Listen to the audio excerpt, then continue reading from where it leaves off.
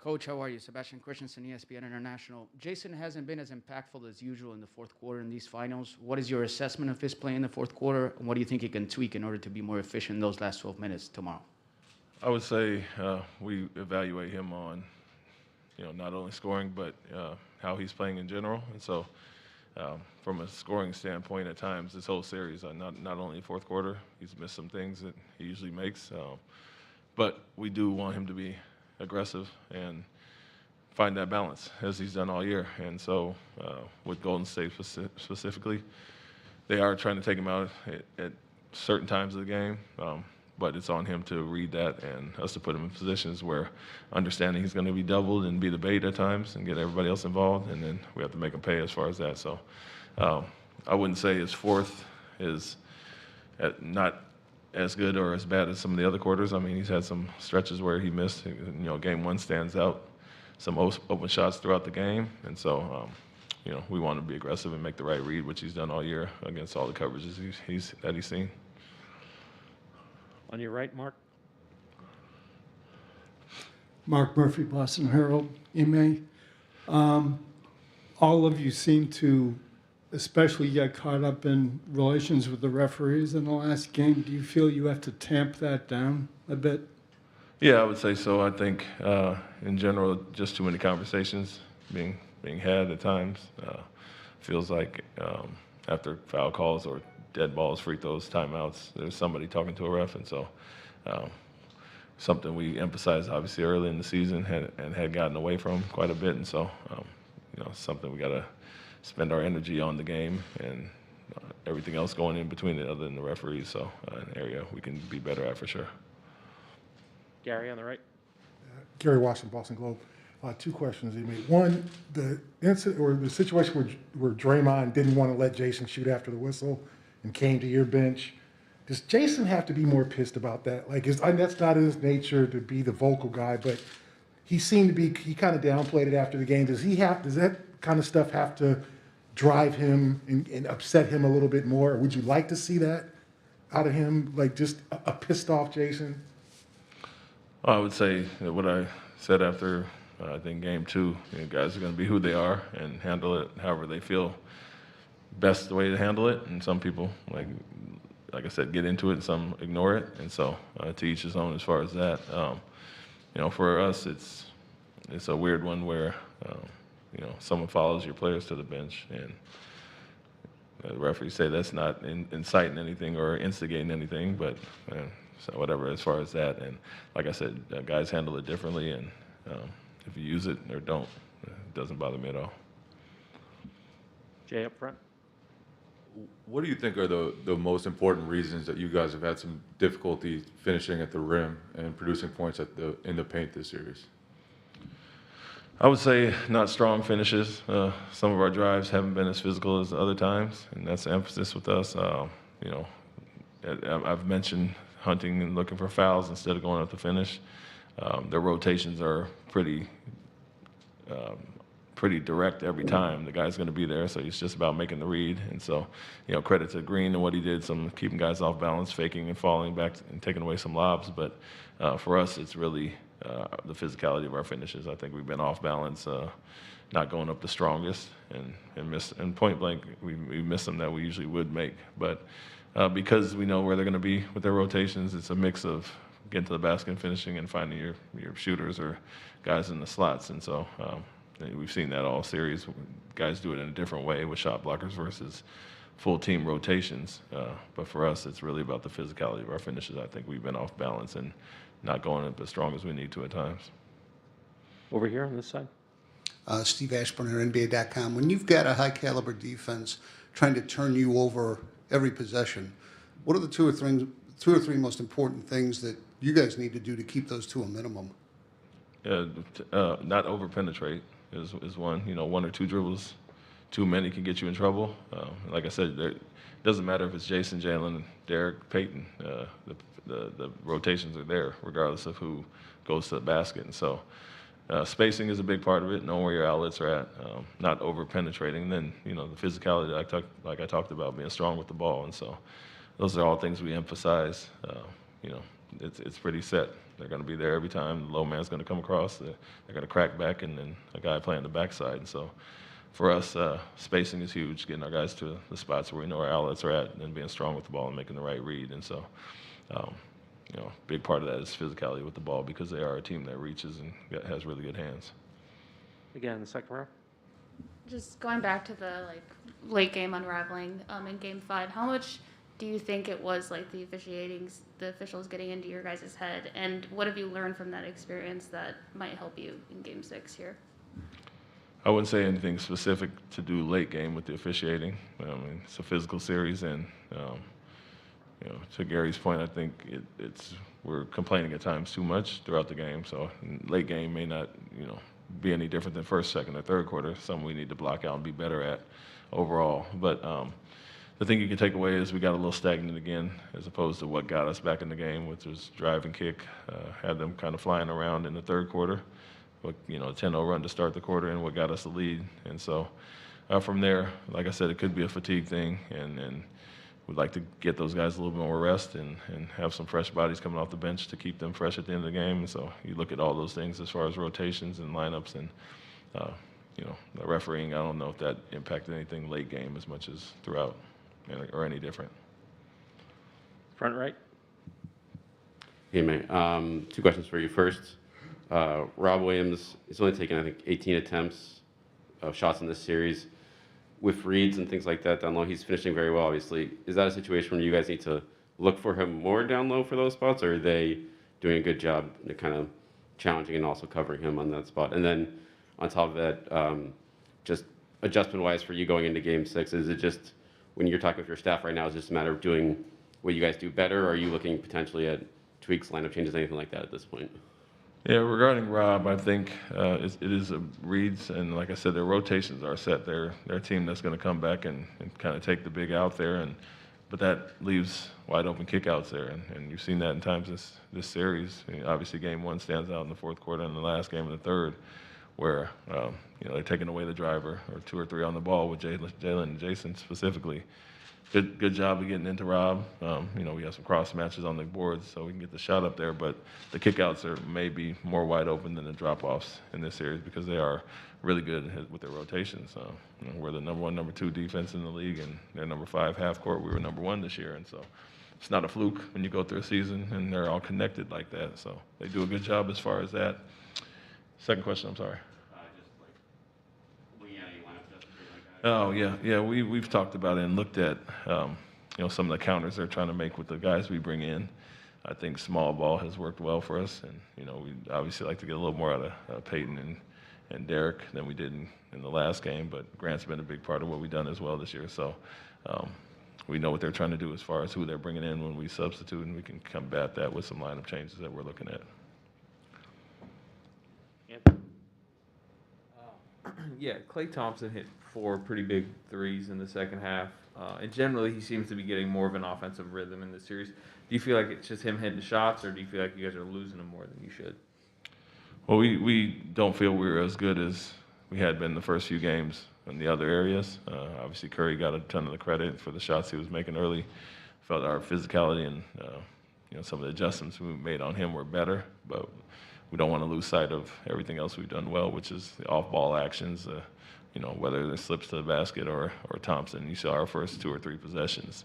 They had slips for layups to the basket, so something we had taken care of well throughout the series, as well as getting to Thompson. I think we lost the rope a little bit there. And for them to have 50 points in the paint is too many, and a lot of non-penetration points. It's off those slips and cuts to the basket. And so as much as we want to focus on Curry, we still have to do those things well. And all that being said, they scored 104, and so if we clean up a few of those mistakes, especially early on at the start of the game, we'd be in much better shape. Joe? Ime, a little bit more on the potential lineup changes. I asked you the other day about the Otto Porter move with Looney, and you explained pretty well why you thought the Warriors might do that. So with that same explanation, do you now need to consider moving, I guess, Robert, just so he can be out there when Looney's out there? Yeah, we've even in going back to the last series, coming off the injury, we've run them shorter stints, and so we take him out pretty early in the game anyway, and we can come back and match him with Looney, no problem. I think obviously the spacing, they wanted to have him guarding somebody more space-oriented. And for us, other than last game, we really hadn't got off to a poor start. So no matter what they did lineup-wise, we were good to start the game for the most part in the first 4 games. And so as far as that, we're rotating Rob out pretty quick to get him back in anyway. So that's not something we're looking at as far as changing the starting lineup. It's more so who we want coming in for who with the second unit. The last two in the back corners. Adam first. You guys have obviously been in some tough spots during regular season, some tough spots in these playoffs. What's your source of optimism right now, and what kind of things do you say or do with your team to make sure that they share it? Yeah, I mean, you look at the big picture, and we're defending well enough to win. It's really some stagnant lulls offensively that have really hurt us. And we'll have a quarter or 2 or 3 of really good basketball, and then have that quarter or 2 that really hurt us. And then that was fourth quarter a few games ago, and even last game, once we got the lead and what we did well, and just for the first 9-10 minutes of the third quarter, we had a little bit of slippage at the end there that allowed them to get back into it. But for us, we really want to focus on the offensive end because I think we've guarded well enough to win. If we talked about Game 4, if we finish the game off well, not that 5-minute stint, we'd be in good shape. And so that's our optimism. We've fought off 3 elimination games and won some Game 7s, but you can't just rely on that we've been there. You got to do things well to start the game, not put ourselves behind the 8 ball like we did last game. And so as confident as we are in the situations we've been in, we understand Golden State's a high IQ, well-coached team that's not going to beat themselves. You have to go out there and take it. And so for us, confident as always because we've been through it, but we can help ourselves and play better offense overall and not aid them with the turnovers and all the same little things we've talked about throughout the series. Last one, back right. Hey, Ime. Nick Coy from ABC6 in Providence. When you built your coaching staff this year, Joe Mazzulla obviously was a holdover from Brad's staff. When you added him to your staff, why did you feel he was going to be an asset to your staff, and how have you seen him grow as a coach as the season and the postseason has gone along? Yeah, I mean, I talked to everybody in the organization when I got hired, players included, and he got glowing reviews. I didn't know much about him going into it, but I take the players' opinions at high value, and he was a guy that was a consensus yes, somebody that they all worked with closely, believed in, and understood his upside. And so once I met with him and Tony Dobbins and Evan Brads and some of the guys we kept, I think it was pretty easy conversations to see why. And so as all young guys, he coached Summer League and kind of held everything together while I was gone in Tokyo. And so the value and the relationship aspect, which was a big part of my coaching staff, he carried over well. And so it's easy to see why once I got to know him and be around him. But what I've encouraged our guys to do is be more vocal, be more out there and get their own voice in the same way I was kind of brought up in San Antonio. And so I think all guys have done that throughout the year. We've all learned each other for the guys I didn't know as well. And obviously with the Miami series and that being his scout, you've seen him grow throughout the season. And now he's in the mix for some things, and hopefully it goes well. Thank you, Coach. Thank you. We have a first question for Marcus. Start right there. Hey, Marcus, how you doing? John Hall from Channel 7 here in Boston. How would you gauge the mood of the team? At practice, it looked like you were dancing to some Michael Jackson, and you guys pretty loose? Yeah, it's a blessed day, man. We get to wake up and, have another opportunity to come out here and do what we love to do. Not many people have that opportunity, so, so just another day for us, We're in practice, we're enjoying each other's company and lifting each other up and just making sure everybody's good to go. Would you say the team plays better? I mean, the proverbial backs against the wall. Do you guys play better when you're desperate? I think anybody does in that standpoint of, you kind of have to. For us, we've been doing it all season, just for the simple fact that we've been really on that back end of catching up with everybody else. So we've kind of been forced to play with our backs against the wall, and we got real used to it, where it's kind of part of us in our nature now. So it's nothing new to us. It's another game. It's another tough game, and we're in our house. Question on the right. Deniz Aksoy from Sport TV Turkey. You know, you're going to play in your home, TD Garden, and this is your advantage. But other than this advantage as a team, from your own perspective, what kind of advantages more that you have? You know, I think any team, any player tell you, being able to sleep in your own bed, you know, back to something familiar. You know, you get to get back to your routine and things like that. So, you know, really those type of things off the court. And we all know about the things on the court. So it's really those off the court things, you know, getting your extra rest that you probably wouldn't get on the road because you're uncomfortable, adjusting to the time difference, and things like that. We'll go to Shane on the right. Hey, Marcus. Shane Young with Ford Sports. This deep into a playoff series with both offenses seemingly in the mud at times, how much would you say a series comes down to being less creative and just you know, nailing the simple things offensively? It's key. It's key. You know, everybody knows each other's X's and O's.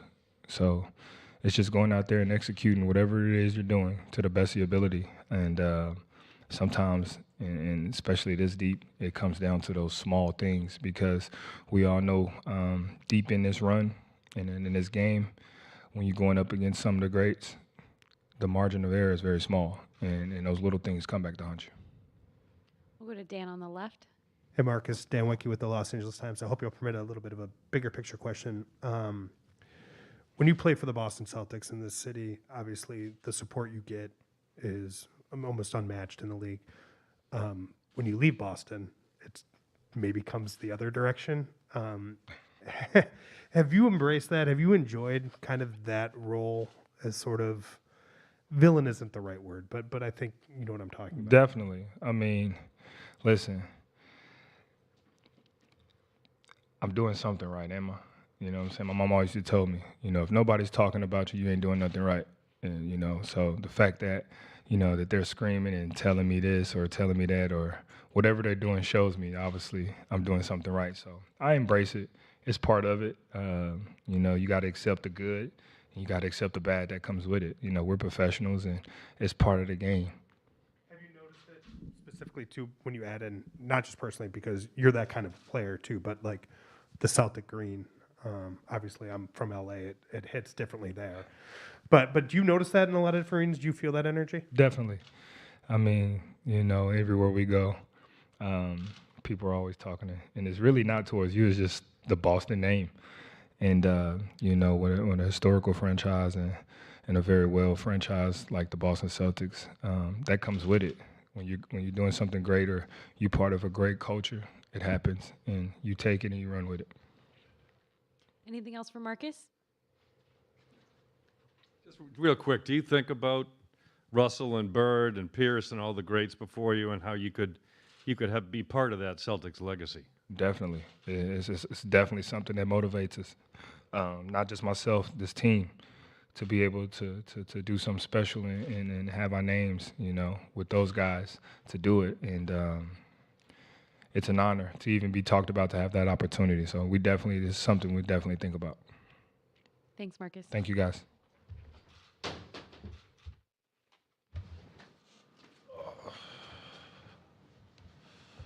Take questions around the room. We'll go Davide here on 2 in the 4th row. Please raise your hand. There you go. Hi, Jaylon. Davide Chinellato with Gazzetta from Italy. Can you talk about playing this game as important as it is at TD Garden in front of your fans? How much this gives you some extra motivation? All the motivation in the world. Game 6 on our home floor in front of our fans. Last game in TD Garden. Nothing more needs to be said. Gary on the right. Gary Washington, Boston Globe. Jaylon, I mean, you don't want them celebrating on your floor. You don't want them popping bottles. The championship trophy's going to be here. You want to send it back to San Francisco. Is that enough said, or do you or Jayson need to address the team and go like, and you know, just kind of not a rah-rah speech, but just say something to get everybody going, get everybody on the same page? It's been addressed today. You know, we already had that mindset. Like we know what's at stake. Like I said, like he said before, all the motivation in the world, come out on our home floor and leave it all out there. Bobby in the back left. Bobby Manning, CLNS Media. Jaylon, I think you brought up the spacing and the challenges you've had on offense spacing the floor. When you kind of went back and looked at the film, what are some things you and others need to do to create more space out there? Play stronger, sprint, get up the court, not let the shot clock dwindle down before we get into our offense, and then get up a late shot, you know, get our pace up, and, you know, play a lot stronger. I think that would help us and benefit us a lot. Tim on your right.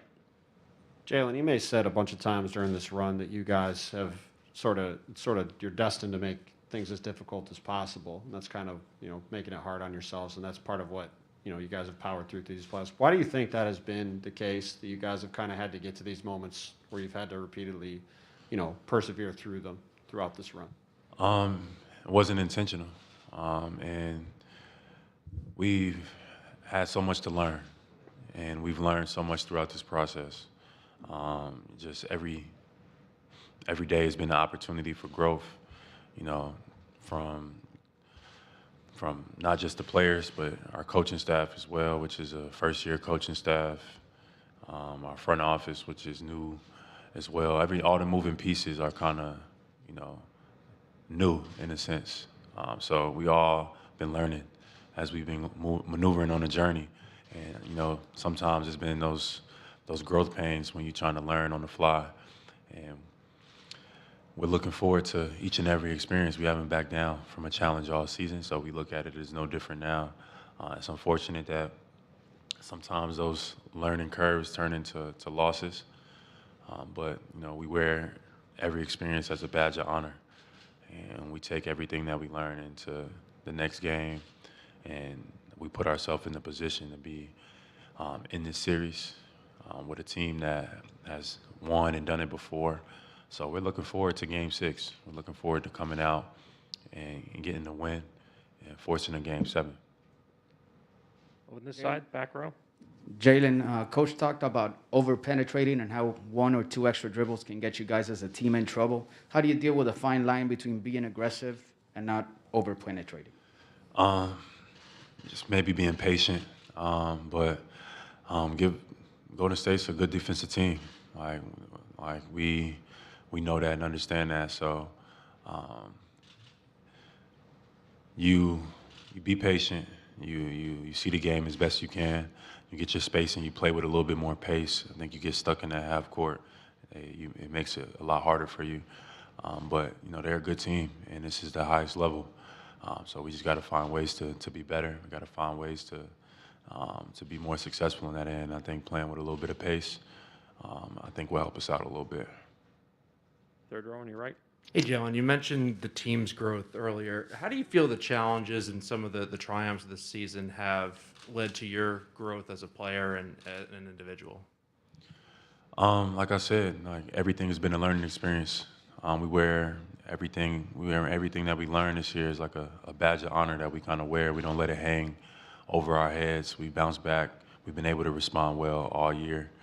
So we're looking forward to the challenge. We got to embrace it. Ain't no other way around it. Last game on our home floor to kind of embody our whole season. You know, we're looking to give it everything we got. We are not scared. We do not fear the Golden State Warriors. We want to come out and just play the best version of basketball that we can. We know it's a good team over there. We know they've done it before. But we have all the belief in ourselves, so we're gonna come out and leave it all out there. That's the whole intent. Joe, third row. Hey, Jaylon, what are you reading? What am I reading right now? I'm not reading anything right now. I got a book sitting right here, $40 Million Slaves by William C. Roden. I just met him a couple minutes ago. He gave me this book, signed it for me, talking about, you know, athletes and sports and the dynamic. And I read it when I was actually in high school, going into college. And he was talking to me, and he was talking to me about the book, and I didn't realize who I was talking to. So he wrote the book, and I got to shake his hand. So today is a good day for me already. Last one here on this side. Jaylon, you said you've learned a lot over the course of it. What have you learned? What have been the most important things that you've learned over the course of this that you take into whether it's one more game or two more games? You talking about this series or just in general? I'll take whatever the best answer. I got you. Learned a lot. Learned how to, read the game in certain situations, play with a high level of intensity, how to, mentally, be more prepared than your opponent. You learn a lot of things. Basketball is something that you can't ever, you can master, but I feel like there's something that you can always get better at in some components. So I'm always looking forward to learning and growing and learning in every experience. And this playoff run has been great for my personal growth and for our team. So no matter what, I'm a better basketball player and still have a long way to go. But I'm a better basketball player than I was, the start of the playoffs. So I'm always looking forward to getting better. And in these moments, you want to show your growth. So looking forward to Game 6 on our home floor in front of our home fans. Should be a lot of fun. And that's something that we got to remind ourselves sometimes, is because it's so much pressure, it's a lot of joy in this game as well. So I'm looking forward to having fun. Thank you, John. Jason will be right up.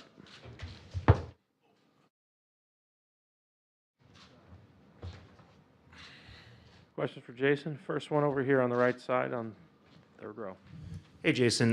Jaylon was talking about kind of his personal growth throughout the course of the season and postseason. What ways do you think you've grown as a player, a person, a leader throughout the course of the season, postseason?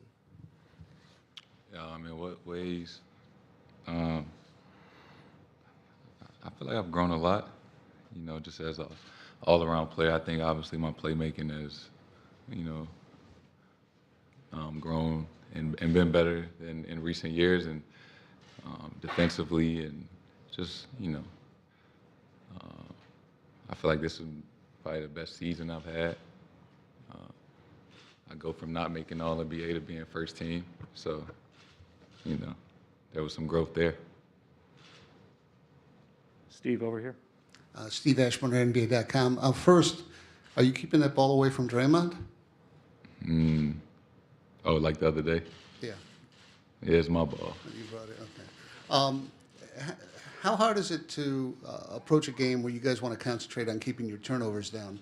Don't turn over the ball, don't turn over the ball. Does that get in the way of just sort of playing free and easy if you're focused on one area like that?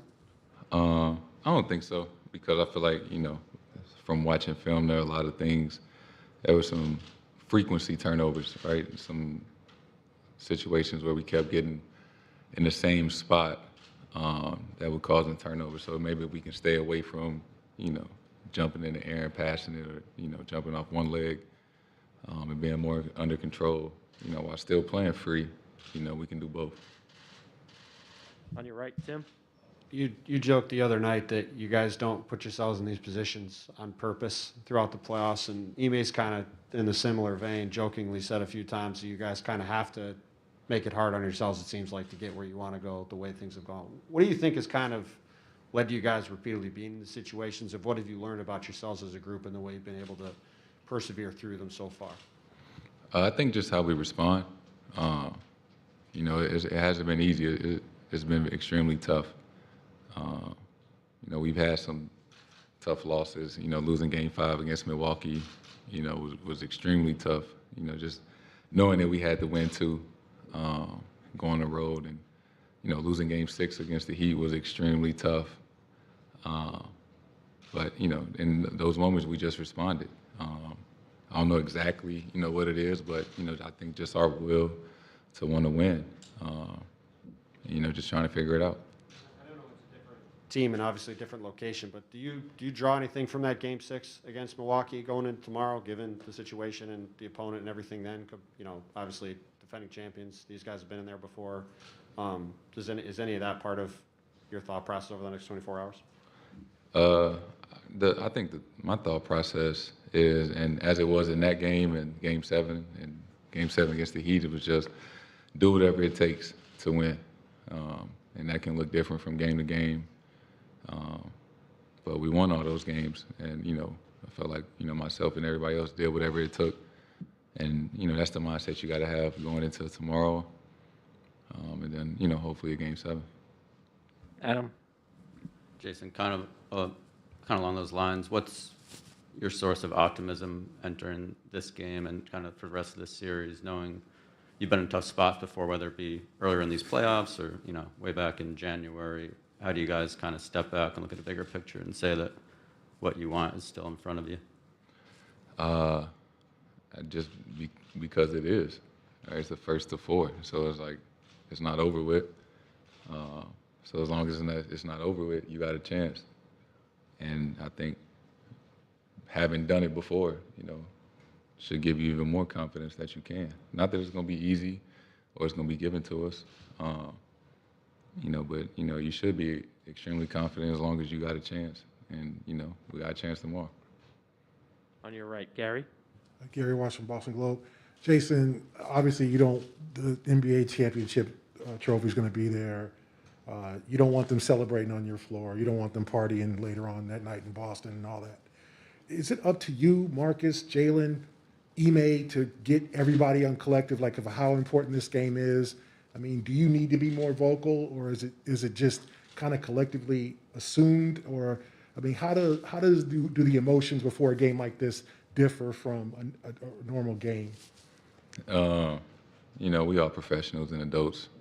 We know it's at stake, and, you know, everybody in that locker room, you know, should and, you know, is going to understand, you know, what we got to do and you know, like, you know, what's on the line. So it shouldn't take, you know, a hero speech or anything like that. You know, everybody should be juiced up and ready to play. You know, and I'm not even going to say if they not, it's a problem. Like, everybody's going to be ready to play. I'm not worried about that at all. David Aldridge in the Georgia Center. Hey, Jayson, I know you guys had very difficult series with Milwaukee, very difficult series with Miami. Does this feel different from the mental aspect of having to guard a team as experienced as Golden State, and conversely, having to score against a team that defends as well as Golden State? It's kind of like a mirror image of yourself in some ways. Yeah. I mean, they're a great team, and they present different challenges than Milwaukee and Miami, you know. I think that's just part of the playoffs, adjusting to different teams and the different challenges that they, you know, give you. And you got to adjust pretty quickly, you know, moving from series to series. And this is no different. So, you know, it's a challenge nonetheless. It's just a different one compared to playing Milwaukee and Miami. Front right. Hey, Jayson. From a minute standpoint, Ime mentioned at the end of Game 5, he thought, you know, fatigue might have been a little bit of a factor for you guys in the fourth quarter there. From your standpoint, you've obviously leading the league minutes. I've carried a huge minutes load all year. What's the, you know, going into a win or go home game, what's the balance for you, and what are the conversations you'll have with Ime during a game in terms of, you know, obviously playing as much as you can, but, you know, balancing out the need for a little bit of rest to maximize what you can do? You know, it's Game 6. You know, it's elimination game. It's not really time to be, you know, finding time to rest. You know, obviously throughout the course of the game, you know, me and him would talk if there are spots to find time to rest. But, you know, that's what timeouts are for. And at this point in the season, at most we got 2 games left, so it's just mental. You gotta fight through that. You know, I'm not the only person that's tired or dealing with injuries or whatever. You know, it's the last 2 teams standing. We've been playing 6-7 months, so everybody dealing with something. So I'm not really focused on that at all. Just, we got at most a week left, and then, I could rest all summer. Hey, Back Jason, right. back here. Just wanted to ask you about, Ime was just talking about building his coaching staff this year, and he said that when he was building it, the players stepped up and said, we need to keep Joe Mazzulla on this staff. Why did you feel that he was such an important member of the coaching staff, and how have you seen him grown as a coach? I didn't say that. No, I'm fucking with you. No, I love Joe, and I think just being around him for the last, I think this is his third year, maybe second or third year. You could tell how passionate he is about the guys and his craft, and he's gotten so much more knowledgeable and more detailed.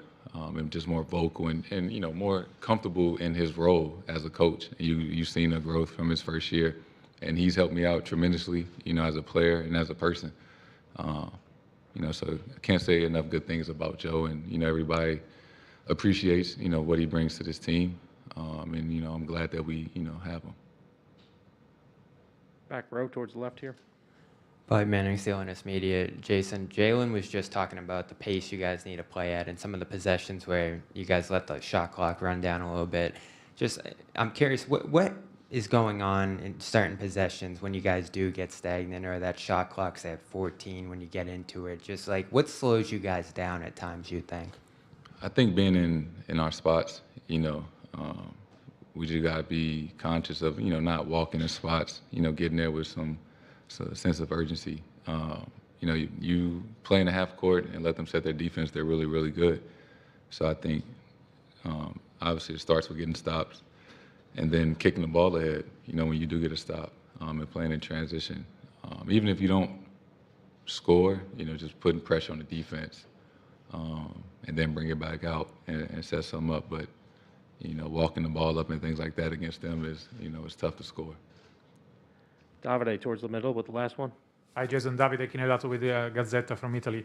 Walking around the city, you can tell the Celtics pride, how much the city is behind you guys. How much do you think is important and gives you extra motivation to play this game at TD Garden, and how much the fan can help you, win this one? Yeah, it's great being back home. It's the last home game of the season. So, looking forward to being in front of the crowd, knowing that they're going to be behind us and giving us that extra boost of energy as they have my whole career.